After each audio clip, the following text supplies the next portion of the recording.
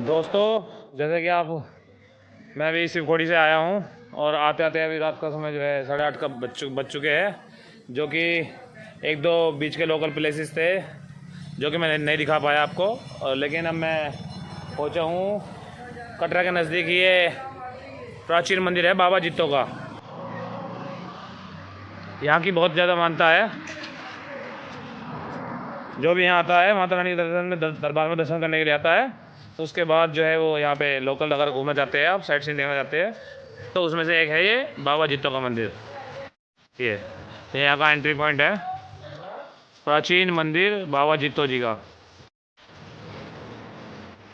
देखिए, जैसे कि पीछे पता लगा कि जो जित्तो बाबा थे ये वैष्णो माता के बहुत बड़े भक्त थे,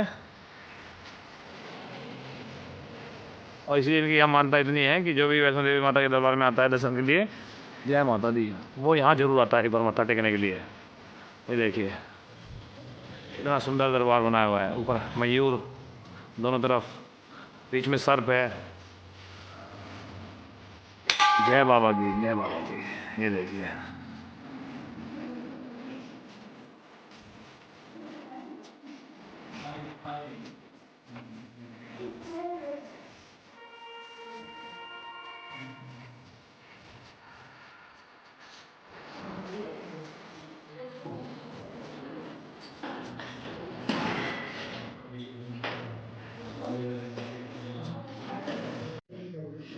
ये जो जित्तो बाबा का मंदिर है, इसमें यहाँ बहन जी है संजय कुमार जी। इनसे यहाँ के बारे में पूछते हैं, ये यहाँ की विख्याति के बारे में बताइए जरा महाराज जी। ये बाबा जितोमल जी की मूर्ति है, साथ में बाबा जितोमल और बुआ कोड़ी ये कमल के फूल से प्रकट हुई है। वहाँ पे जो राजा मंडलिक हैं, जिनको गुगावीर बोलते हैं, ये जो है माता वैष्णो देवी हैं।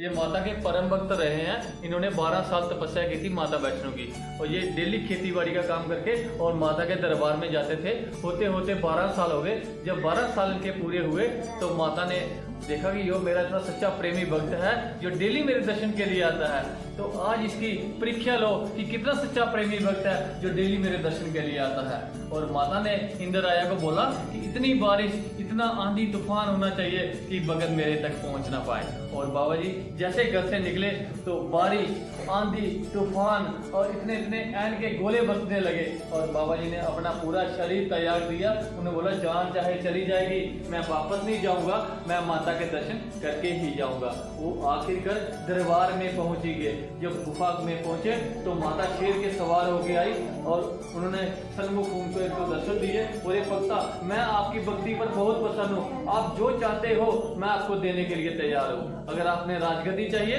तो मैं आपको राजगद्दी में बिठा देती हूँ, अगर आपने धन दौलत चाहिए तो घर में खजाने खिलवा देती हूँ। और बाबा जी ने बोला माता, आपके दिया हुआ हमारे गाँव में सब कुछ है, और माँ हमारे गाँव में एक जल नहीं है जिसके कारण दुनिया परेशान रहती है, और एक आपकी जैसी कन्या हो जिसके उठ के मैं डेली दर्शन करूं। और माँ ऐसा जल देना जिसे पीने से, नहाने से दुनिया के कष्ट दूर हो।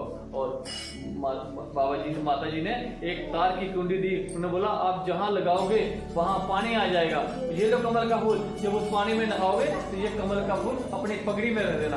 और बाबा जी ने बोला माता हमारा पहाड़ी इलाका है, हम जहाँ कुंडी लगाएंगे पानी तो आ जाएगा, मैं कैसे चाहूँगा, मेरे को माता ने पानी दिया है। और माता जी ने बोला आपने पानी किस तरह चाहिए। और बाबा जी ने बोला माता पहले दूध आना चाहिए, उसके बाद फिर जल आना चाहिए, फिर मैं चाहूँगा मेरे को माता ने पानी दिया है। ये सामने सीढ़ी डल के जाना, नीचे 7 धाराएं बह रही हैं। 7 जगह बाबा जी ने त्रिशूल लगाया और 7 पैर पहले दूध आया था, उसके बाद फिर जल आया था। और जब बाबा जी अंदर नहाने गए तो कमल का फूल अपनी पगड़ी में रख दिया।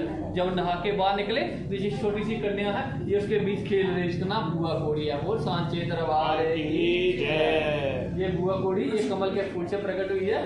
ये एक माँ का अवतार है, और इनको बुआ कोड़ी भी बोलते हैं और बुआ दाती भी बोलते हैं। वो सांचे दरबार की जय। जहाँ पे किसी घर में बच्चा नहीं होता है, जहाँ होके गुजर जाता है, जब बिल्कुल होते ही नहीं है, वो जहाँ के लेडीज को सुना दिया था तो उनकी मनोकामना पूरी हो जाती है। वो सांचे दरबार की जय। बोल माता रानी की जय, बोल बाबा की जय।